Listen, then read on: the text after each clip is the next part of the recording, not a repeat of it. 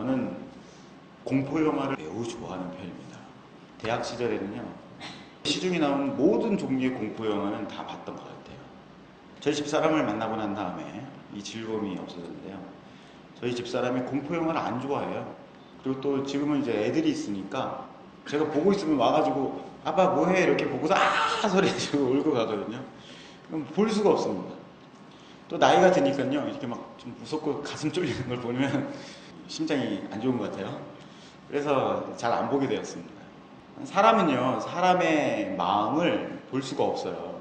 다른 사람의 마음도 볼 수가 없죠. 그런데 이 마음이라는 게 그렇게 단순하지가 않습니다. 아주 복잡하고 미묘합니다. 사람들은 마음이라는 것이 분명히 있다는 걸 알아요. 그런데 이것이 도대체 어떻게 생겼는지 파악을 하는 게 너무 힘듭니다. 그래서 마음은 깊은 어둠에 쌓여 있는 것과 같습니다.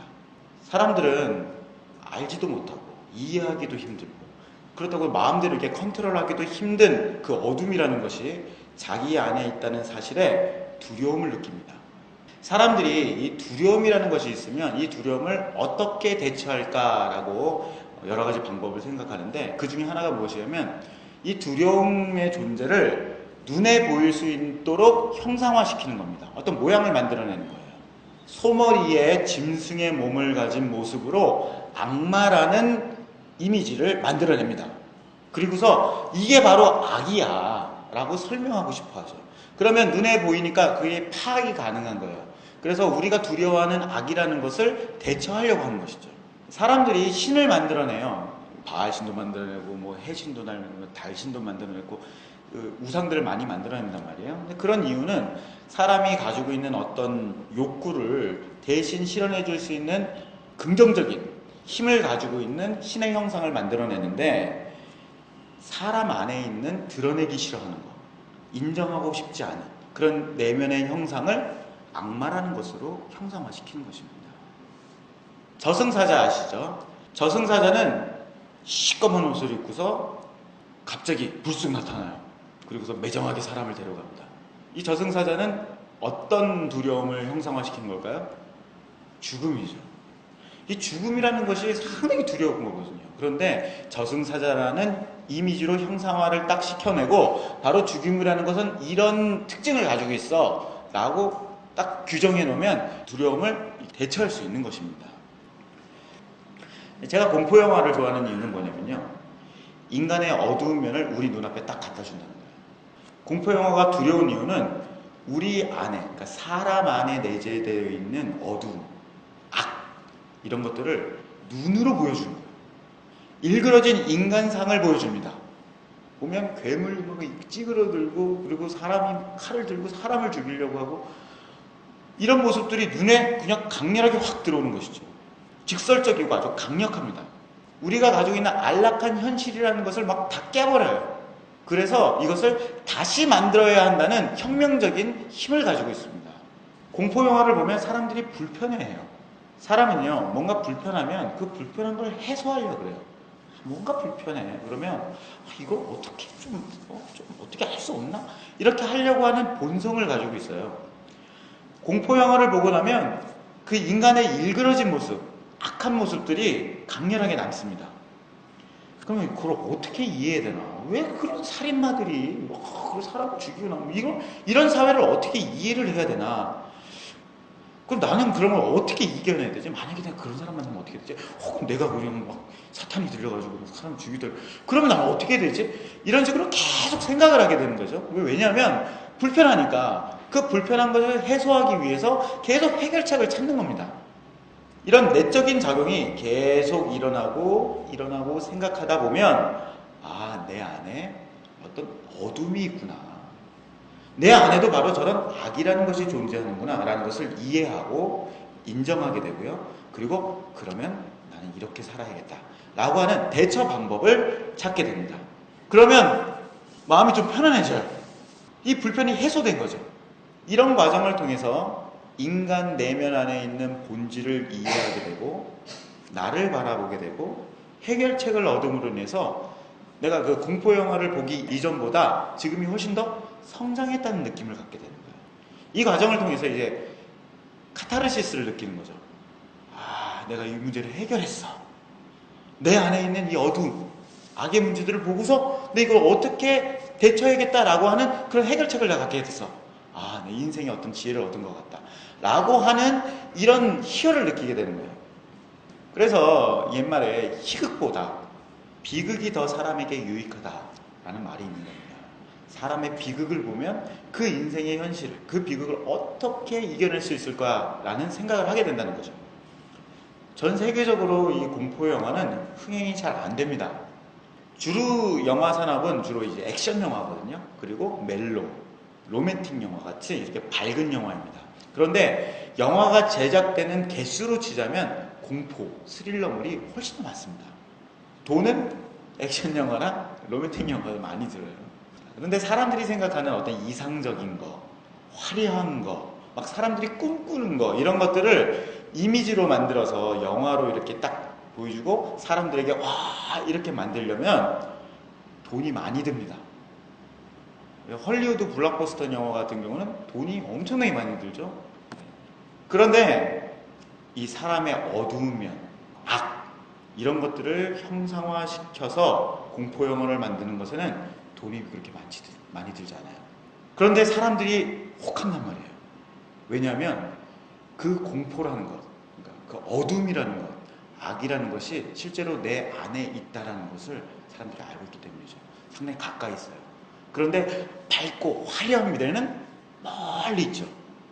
어둠과 두려움은 사람들과 늘 함께 있기 때문에 사람들이 언제나 공포 영화를 찾는 것입니다. 그래서 시도 때도 없이 영화를 많이 보는 영화 매니아들은 공포 영화를 좋아해요.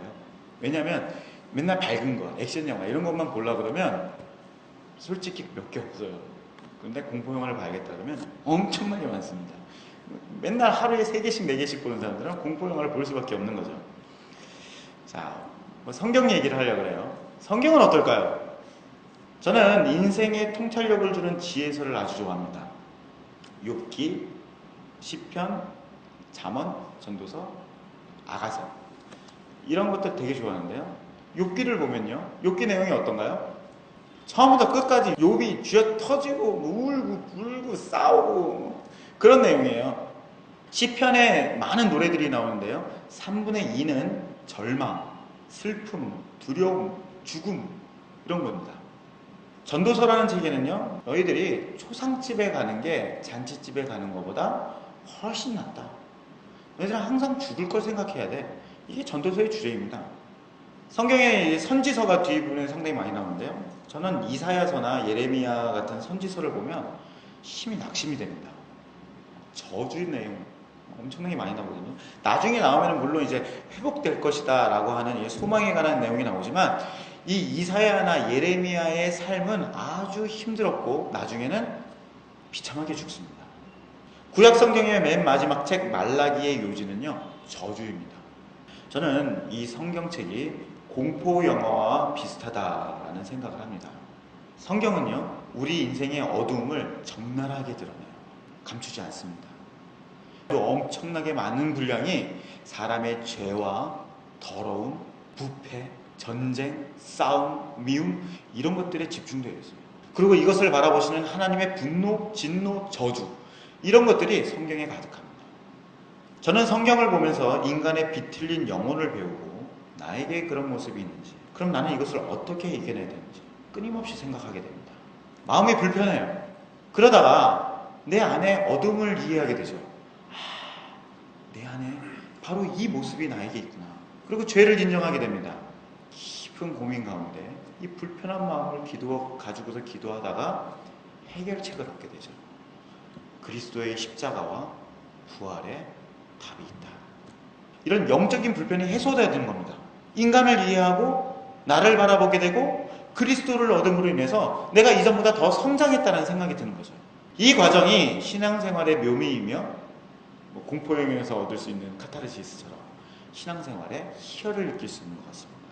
그래서 그렇게 되면 또 성경을 읽게 되고 더 깊이 있게 연구하게 되는 것이죠. 과연 하나님께서 사람에 대해서 뭘 진짜 말하고 싶어 하시는 것인가 라는 것을 더 깊이 알고 싶어지게 되는 거예요. 액션 영화나 로맨스 영화를 보고 얻을 수 있는 것처럼 재미와 밝고 긍정적인 것을 얻기 위해서 성경 말씀을 읽는다면 오히려 성경을 더 안 읽게 된다라고 생각을 합니다. 많은 사람들이 성경을 보면서 희망을 얻으려고 그러고 이 성경을 보면서 나에게 뭔가 막 빛이 비춰지는 것 같은 이런 것들을 얻기 위해서 성경을 읽으려고 그래요. 근데 성경을 잘 안 읽게 됩니다. 왜냐하면 성경 자체에 그런 말씀이 상대적으로 적거든요. 3분의 2가 죄와 악에 관한 내용인데 펼쳐보면 대부분 그런 내용이거든요. 기도도 잘 안 됩니다. 시편 대부분의 기도는 어려움 속에서 드리는 기도예요. 두려움을 갖고 드리는 기도입니다. 성경 자체가 절대적으로 어두움에 관한 말씀들이 많아요. 우리 인생에서 고통과 슬픔처럼 일그러진 현실이 10 정도 된다면 막 기쁨, 환희, 내가 인생을 즐거워라고 하는 거는 3 정도도 안 되는 것 같아요. 밝고 긍정적인 것을 형상화하는 데는 돈이 많이 든다 그랬어요. 지금 교회들이 성경에서 말하고 있는 3분의 2 정도 되는 이 어두움에 대해서 말하지 않고 밝은 메시지를 주려고 상당히 많이 노력하고 있기 때문에 교회 자체가 크고 화려하고 멋진 건물에 집착하는 걸지도 모릅니다. 사람들이 이런 것에 혹할 수는 있어요. 큰 건물을 보면서 와, 하나님은 정말 교회가 정말 화려해, 우리에게 능력을 주시고 힘을 주시고 이렇게 할 수는 있겠지만 말씀과는 멀어지게 될 겁니다. 사실 교회는 화려한 예배당보다 어두운 기도의 골방이 더 중요한 것이죠. 사랑하는 여러분, 여러분들 혹시 여러분 안에 있는 어둠을 보신 적 있으십니까? 두려움에 사로잡히신 적 있나요? 혹시 아니면 지금 그냥 어떤 두려움 때문에 마음이 쫄리고 불편하고 이러시지 않나요? 아니면 현실이 너무 버겁지 않으십니까? 그것이 우리를 성장시키는 것입니다. 우리 마음에 있는 이 불편, 영적인 불안, 이런 것들을 통해서 하나님께서 우리를 성장시키시는 거죠. 우리의 가장 어둡고 음습한 곳에서, 우리 인생의 가장 암울한 곳에서 하나님을 만나는